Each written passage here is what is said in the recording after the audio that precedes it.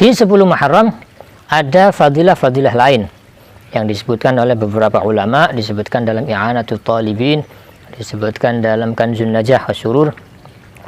Ada nazam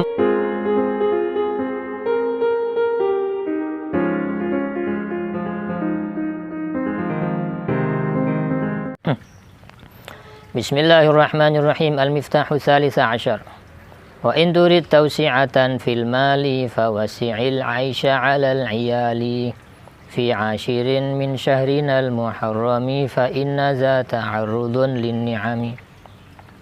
Kunci rezeki yang ke-13, siapa yang ingin dilapangkan hartanya, maka dia harus melapangkan kehidupan keluarganya di tanggal 10 Muharram.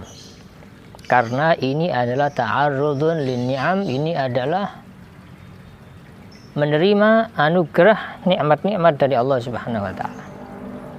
Khususkan tanggal 10 Muharram sebagai hari mewah dan hari berfoya-foya, tapi foya-foya sebatas sesuai syariat, bukan foya-foya terus menghambur-hamburkan harta ya. Artinya kalau biasanya keluarga kamu kasih makan tempe, naiklah kasih makan ayam atau belikan sate, khusus di hari 10 Muharram. Meskipun di beberapa hari setelah itu juga tetap ada anjuran sesekali untuk membahagiakan keluarga di hari-hari khusus. Bukan hanya urusan makanan, pakaian juga.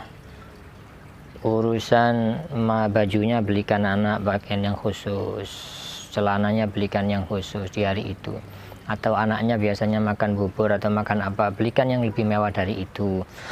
Kumpul sama keluarga, biasanya ngomong sedikit, sekarang ngomongnya yang lebih hangat, yang lebih dekat lagi, yang lebih mesra lagi sama istrinya. Kasih kebahagiaan khusus di hari itu.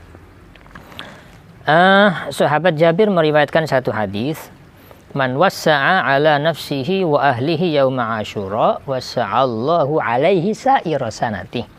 Siapa yang melapangkan nafkah untuk dirinya dan keluarganya di hari Asyura, tanggal 10 Muharram, maka Allah akan melapangkan bagi dia rizkinya selama 1 tahun. Setelah itu, kemudian sahabat Jabir mengomentari hadis ini, aku sudah mencoba hadis ini dan aku buktikan ternyata benar. Jadi setelah dia melapangkan kehidupan bagi dirinya dan keluarganya selama 1 tahun, dia diberi kelapangan rizkinya oleh Allah Subhanahu wa taala selama 1 tahun.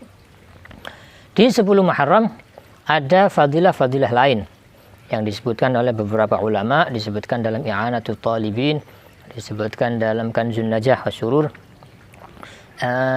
Ada nazam menyebutkan fi yaumi Asyura ashrun tattasil bihasnatani walaha fadlun nuqil sum salli sil zur aliman ud waqtahil ra'sal yatimim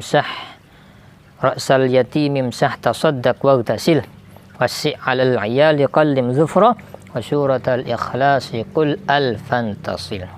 Di hari Asyura ada 10 sambung 2, 12 berarti. Ada 12 keutamaan yang perlu kita lakukan di hari Asyura. Yang pertama puasa. Puasa di 10 Asyura anjurannya ada 3 tingkatan. Tingkatan pertama, pahalanya paling besar adalah puasa di tanggal 10, ditambah 1 hari sebelumnya dan 1 hari setelahnya. Jadi puasanya tanggal 9, tanggal 10, tanggal 11. Ini utama yang paling tinggi. Atau kalau tidak bisa, yang kelas kedua adalah puasa di hari Asyura, ditambah 1 hari sebelumnya atau 1 hari setelahnya. Jadi tanggal 9 dan 10 atau 10 dan 11. Dan yang terakhir adalah hanya puasa di tanggal 10 Asyura. Sholli, kemudian sholat. Sholat sunnah. Sholat sunnah biasa, jangan sholat sunnah Asyura ya. Sholat sunnah, begitu saja.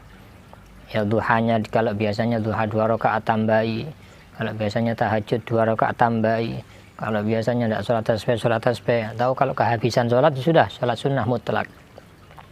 Kemudian silatul arham, silatul rahim, sambung kerabat-kerabatnya, yang dekat disambung, yang jauh disambung.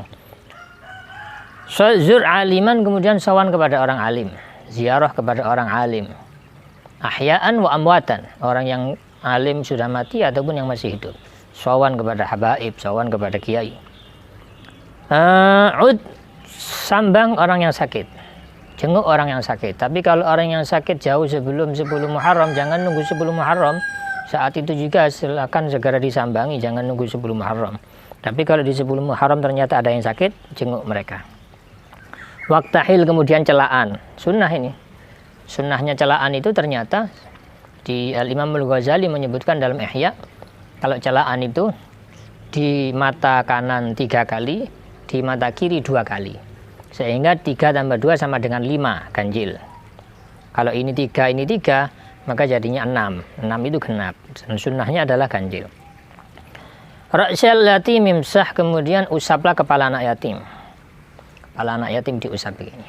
Usapan ini adalah menunjukkan tanda kasih sayang kepada anak yatim ini. Tapi anjuran bagi kita, khususnya yang punya uang, jangan cuma diusap, kasih uang.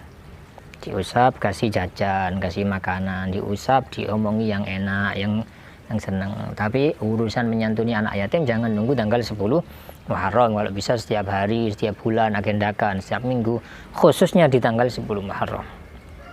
Tasodak, kemudian sodakoh, setiap hari sodakoh, khususkan di hari ini. Waktasil, kemudian mandi, setiap hari mandi, di hari ini khusus. Sama seperti sunnahnya mandi di hari Jumat. Setiap hari kamu sunnah mandi, hari Jumat sunnah khusus. Sama seperti sunnahnya puasa, setiap hari sunnah puasa, hari ini puasa yang secara khusus. Wasi' alal iyali, kemudian lapangkan nafkah untuk keluarga, seperti keterangan yang tadi. Qalim zufra, kemudian potong kuku, apalagi kalau 10 Muharram bertepatan hari Kamis, tambah double ini keutamaannya. Dan yang terakhir, wa surat al-ikhlasi qul alfan, kemudian surat al-ikhlas qul huwallahu ahad Allahus samad lam yalid wa lam yulad wa lam yakul lahu kufuwan ahad, bacalah 1000 kali. Sesekali lah, setahun tidak pernah baca surat al-ikhlas, kamu sampai 1000 kali, khusus di hari ini baca sampai 1000 kali.